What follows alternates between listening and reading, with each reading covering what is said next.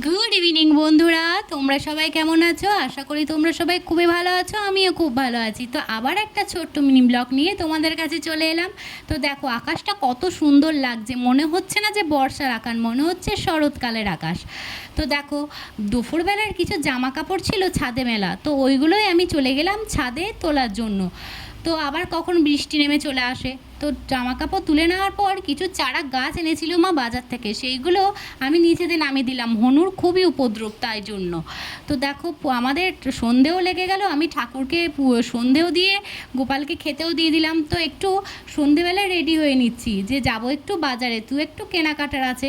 তো ওই জন্য আমি ঝটপট করে রেডি হয়ে নিচ্ছি। আমার মেয়েকেও আমি রেডি করিয়ে দিলাম, কারণ আমার মেয়েকেও আমি আজকে নিয়ে যাব বাজার। তো ও তো খুবই খুশি আমার সঙ্গে বাজার যাবে।